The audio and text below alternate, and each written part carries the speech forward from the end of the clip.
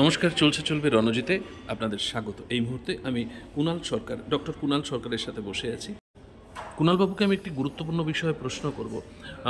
কুণালবাবু, আচ্ছা, 34 বছর বামেরা রাজত্ব করেছে, যে রাজত্বে আমরা কখনো দেখিনি কোনো নেতা বা মন্ত্রীকে ইডি বা সিবিআই সমন পাঠিয়েছে, কিন্তু অবস্থা সম্পূর্ণ পাল্টেছে। আপনি যথেষ্ট সমাজ সচেতন এবং প্রত্যেকটা বিষয়ে আপনি যথেষ্ট সম্যক জ্ঞান রেখে আপনি কথা বলেন। তো সেই দিক থেকে পশ্চিমবাংলার যা রাজনীতি 2011-র পর থেকে যেই দুর্নীতিগুলো আমাদের সামনে এসেছে, সেই জায়গায় কমব্যাট করার মতো এখন রাজনৈতিক দল আমাদের কাছে নেই। তো সেই জায়গায় নাগরিক সমাজ থেকে কি কোনো একটা প্রয়োজনীয়তা আসছে যে দেখো, আমি আমি আমি কিছু একটা আমি একটু হালকা ভাবে বলি যে তোমার আলোচনাটা খুব সিরিয়াস হচ্ছে, আমাকে এক্ষুনি উঠে যেতে হবে ওটির দিকে। যে এখন তৃণমূল ওরফে মমতা বন্দ্যোপাধ্যায়ের যে বর্তমান রাজনৈতিক পরিস্থিতিটা, সেটা খানিকটা হরলিক্সের মতো। কেন? যে একসময় হরলিক্সের বিজ্ঞাপন দেওয়া হতো যে সবাই চায়, ছেলে বুড়ো দাদু নাতি নাতনি, হ্যাঁ, কোলের শিশু থেকে ঠাকুমা অব্দি। ঠিক এখন মমতা বন্দ্যোপাধ্যায়ের বা তৃণমূলের পলিটিক্যাল অবস্থান হচ্ছে যে ছলে বলে কৌশলে বিজেপি চায় তৃণমূল মোটামুটি টিকে যাক, ছলে বলে কৌশলে কংগ্রেসও চায় তার ইন্ডিয়া জোট অমুক তমুক করে তৃণমূল টিকে যাক, ছলে বলে কৌশলে যে শুধু বামপন্থীদের একটা স্পেকট্রাম আছে, তারা চাইছে যে তৃণমূল টিকে যাক।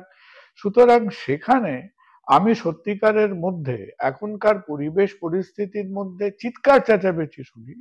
আমি মাঝে মধ্যে শুনি মানুষ একেবারে কর্কশ স্বরে পুরুষ মহিলারা একে ওকে ছিঁড়ে খাচ্ছে, but that is vocal opposition, সেটা পলিটিক্যাল অপোজিশন। পলিটিক্যাল অপোজিশন আর ভোকাল চেল্লানোর মধ্যে একটা তফাৎ আছে। কিছু কিছু দেখবে অদ্ভুত অদ্ভুত বাচ্চারা জন্ময় না, গরু বাছুরের হয় মানুষেরও হয়, সায়ামিজ টুইনস বলে, তারা জোড়া থাকে। তো এখনকার বিভিন্ন পলিটিক্যাল পার্টিদের একটু সাবধানে চলতে হয়, কারণ তাদের মাথাগুলো জোড়া আছে, গলার তলা থেকে তারা আলাদা আছে। হাত পা গুলো একে অপরের সঙ্গে কখনো ঘুষি পাকায়, কখনো হ্যান্ডশেক করে, কখনো খিমচে দেয়, কখনো চুলকে দেয়। সেটা দেখে মনে করো না যে মাথাগুলো আলাদা, মাথাগুলো এক।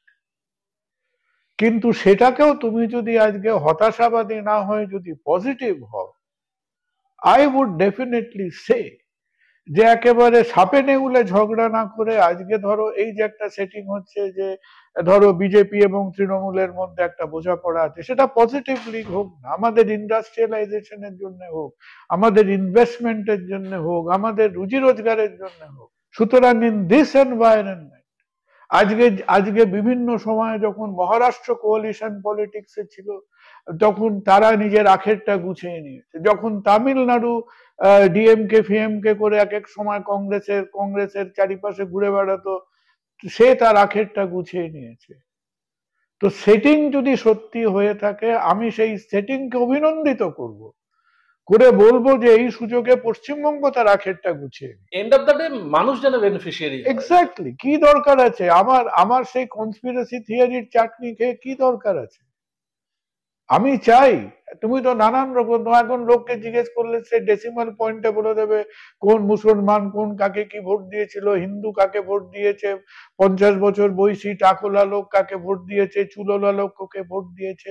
একটা জিনিসই আমাকে খুব বিব্রত করছে, যে বহু বছর পরে পশ্চিমবঙ্গের পার ক্যাপিটা আয় ভারতবর্ষের পার ক্যাপিটা আয়ের খানিকটা তলায় এসছে।